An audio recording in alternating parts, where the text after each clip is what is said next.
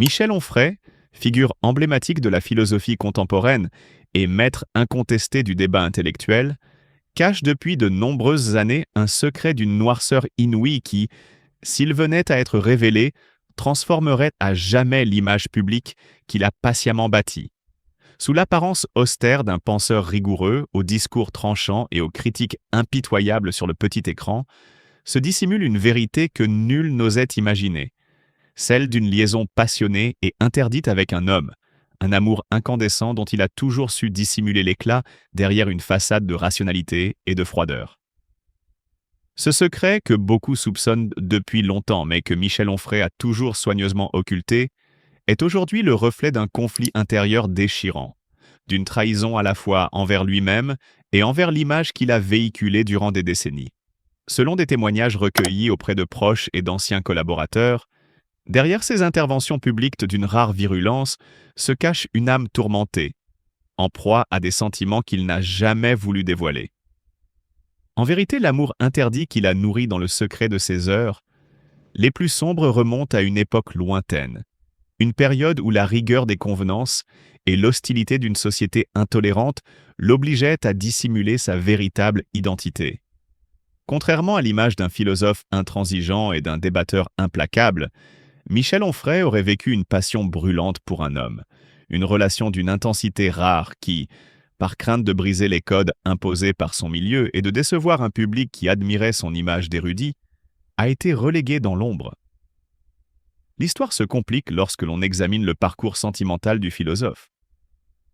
Pendant plus de 40 ans, il partagea sa vie avec Marie-Claude Ruel, enseignante d'italien et de français, compagne fidèle depuis 1976, dont le décès en août 1013 fut un coup dur qui le poussa à quitter Argentan pour s'installer à Caen.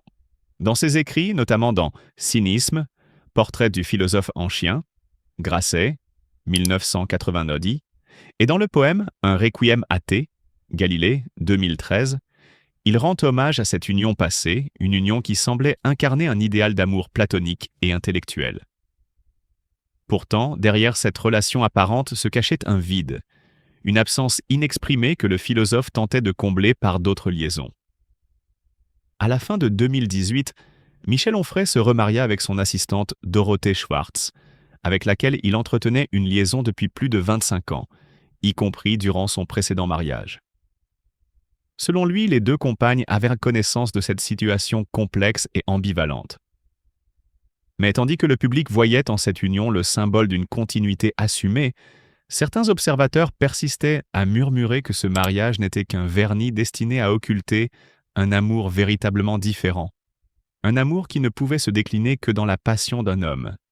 Telle était la rumeur la plus tenace, celle qui, dans l'ombre, rongeait l'âme du philosophe, qui se débattait dans un dilemme entre le devoir de se conformer aux attentes d'une société conservatrice et le désir irrépressible de vivre pleinement son amour interdit. Ce secret, longtemps dissimulé derrière des discours acerbes et une posture de provocation intellectuelle, résonne aujourd'hui comme un cri silencieux dans l'obscurité. Car comment expliquer que, malgré une image de force et de détermination, Michel Onfray ait toujours semblé porter en lui une blessure ouverte, une fissure dans l'armure de son identité publique?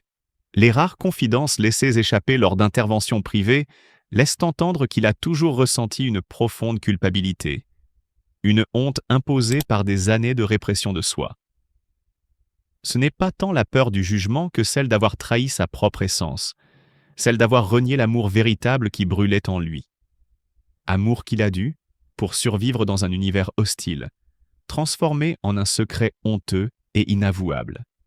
Les critiques, les analystes et même certains de ses proches continuent de débattre de ce passé obscur, se demandant comment un homme dont la verve et la lucidité semblent inébranlables a pu laisser paraître une telle dualité.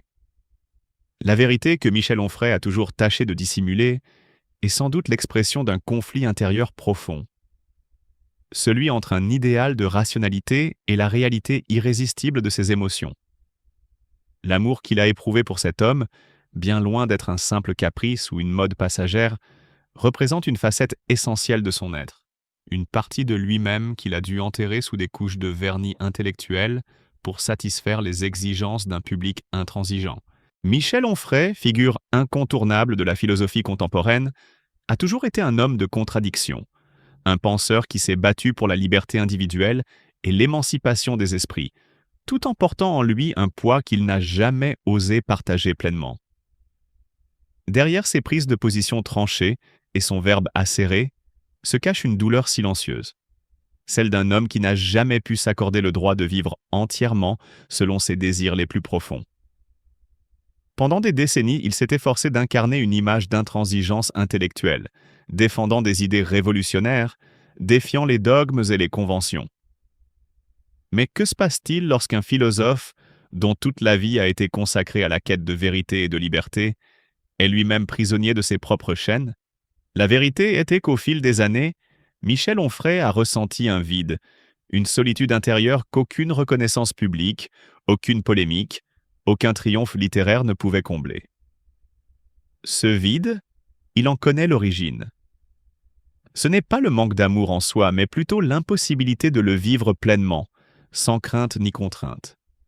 Il a aimé, intensément, d'une manière qui ne correspondait pas aux attentes sociales qui pesaient sur lui. Mais au lieu de crier cet amour, au lieu de le revendiquer comme il l'a fait pour tant d'autres causes, il l'a enterré, l'a dissimulé derrière des discours, des livres, des concepts. Aujourd'hui, ce silence le consume. Il regarde son passé et se demande combien de temps encore il pourra continuer à porter ce masque. Lorsqu'il quitta l'enseignement après le choc politique du second tour de l'élection présidentielle de 2002 pour créer l'Université populaire de Caen, il espérait sans doute insuffler un renouveau à sa pensée, partager avec le monde son désir de révolte et de vérité. Mais même là, parmi ses élèves, ses auditeurs fidèles, il restait un homme double. Celui qui prêchait l'émancipation des esprits et celui qui, dans l'intimité de ses réflexions nocturnes, se demandait s'il aurait un jour le courage de s'affranchir lui-même. Il a écrit plus de 150 livres.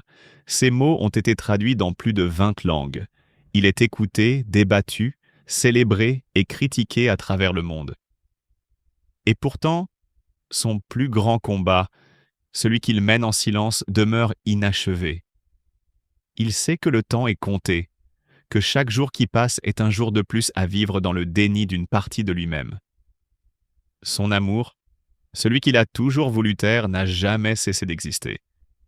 Il brûle en lui comme une flamme qu'aucun discours ne peut éteindre. Aujourd'hui, Michel Onfray se tient à la croisée des chemins. Doit-il continuer à jouer ce rôle, à protéger cette image qu'il s'est construite au fil des ans? Ou doit-il enfin s'abandonner à ce qu'il est réellement, à cet amour qu'il n'a jamais osé revendiquer? Ce dilemme le hante. Il sait qu'en révélant cette vérité, il pourrait perdre le respect de certains, faire face aux jugements impitoyables de ceux qui l'ont toujours perçu d'une certaine manière. Mais il sait aussi que, sans cette révélation, il continuera de se trahir lui-même. L'homme qui a consacré sa vie à la philosophie libertaire et à la pensée radicale se retrouve aujourd'hui confronté à son ultime vérité, celle de son propre cœur. Et peut-être qu'après tant d'années de batailles intellectuelles et de combats médiatiques, le seul affrontement qui vaille encore la peine est celui qu'il mène contre lui-même. La question demeure. Aura-t-il la force d'être enfin libre?